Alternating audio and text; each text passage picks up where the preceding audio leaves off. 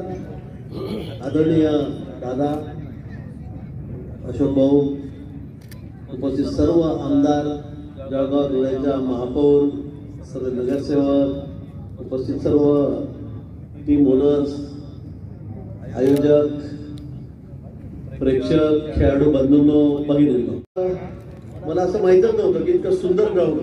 म्हणजे परवाच मी 12 तारखेला मानखडे स्टेडियमवर मॅच बघितली. मला वाटतं त्यापेक्षा चांगलं मेंटेन ग्राउंड लॉन या ठिकाणी मला दिसतं. मी फार क्रिकेट बघत नाही, मी जरा खेळलोही नाही क्रिकेटला, म्हणजे असं गल्लीत कधीतरी. मी खेळाडू निश्चित होतो. मी चंदवडणार ते म्हणतो की आपण कोणत्या साली खो खो खेळत होतो. आम्ही विद्यापीठामध्ये खेळाडू होतो, शालेय जीवनामध्ये खो खोचे चांगले खेळाडू होतो. मी चांगला माझ्या वजन गटातला कुस्तीगीर होतो. मी पुणे युनिव्हर्सिटी खेळायचो, स्टेटच्या टीममध्ये खेळायचो. मी कबड्डीचा चांगला प्लेअर होतो. आम्ही पुणे युनिव्हर्सिटीमध्ये सोबत खेळायचो. मी तसं ऑलराऊंड होतो दादा. पण त्यावेळेला जर मी एखाद्या खेळाकडे कॉन्सन्ट्रेट केलं असतं ना तर खूप पुढे गेलो असतो. पण मी हे खेळू, ते खेळू, ते खेळू, हे खेळू, 10 गेम खेळायचो. राजकारणाचा खेळ खेळताय. पण त्यानंतर कॉलेज नंतर मी एकाच ठिकाणी कॉन्सन्ट्रेट केलं, ते राजकारणामध्ये केलं. आणि म्हणून सतत 7 वेळा एकदा सरपंच, 7 वेळा आमदार, 3 वेळा पदावर झाले मंत्री. म्हणजे एका ठिकाणी कॉन्सन्ट्रेट केलं की किती पुढे जाऊ शकतो याचं उदाहरण आहे. पण बरं झालं मी त्यावेळेला एकाच खेळावर खेळत बसलो नाही, तिथं खेळत खेळत असतो. आता राजकारणामध्ये कसं आहे, रिटायरमेंट नाहीये. खेळाडूंना लिमिटेशन असतं, फिजिकल फिटनेस असतो, त्या ठिकाणी वयाची मर्यादा असते.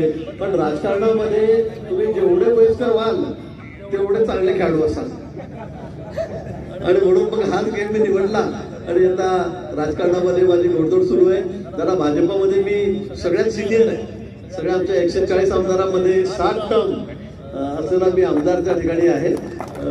पण अजून काही मी तसा म्हातारा झालेलो नाही किंवा माझं वय झालेलं नाहीये, काही हरकत नाही. अतिशय सुंदर असं नियोजन या ठिकाणी केलेलं आहे.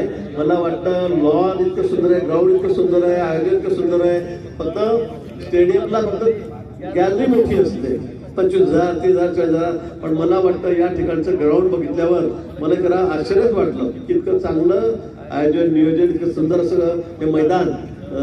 आमचे अशोक भाऊ आहेत, अतुल भाऊ आहेत, सगळे त्यांची सगळी टीम आहे, त्यांनी या ठिकाणी केलेलं आहे. आणि म्हणून या निमित्ताने आपल्या सगळ्यांना शुभेच्छा देतो.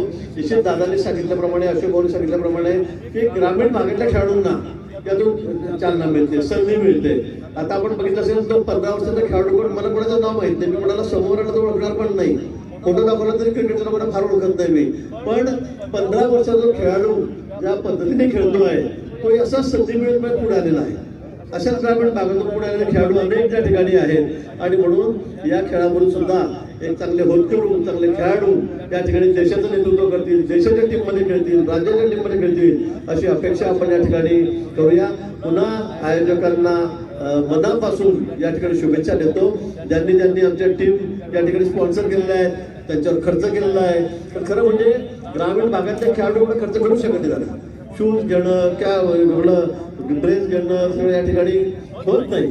पण अनेक असे या ठिकाणी उद्योजक आहेत, त्यांनी या ठिकाणी खेळाडूंना स्पॉन्सर केलेलं आहे. आणि त्यामुळे निश्चित त्यांचाही उत्साह या ठिकाणी वाढतो आणि आपल्याला अतिशय चांगल्या स्पर्धा या ठिकाणी बघायला मिळणार आहे. म्हणून त्यांचं मी मनापासून अभिनंदन करतो. सगळ्या खेळाडूंना या ठिकाणी मनापासून खूप खूप शुभेच्छा देतो आणि थांबतो. धन्यवाद. जय हिंद, जय महाराष्ट्र. खूप